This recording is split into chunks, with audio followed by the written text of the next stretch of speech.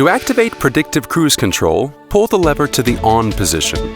The system will be set to your current speed. By moving the lever up or down, you can increase or decrease the set speed in 10 km/h increments. Once set, you can also decrease your speed in increments of 1 km/h by pressing and holding the set button while driving. To increase by 1 km/h increments, pull the lever halfway towards you. You can adjust the distance to the vehicle ahead of you with the rocker switch on top of the lever.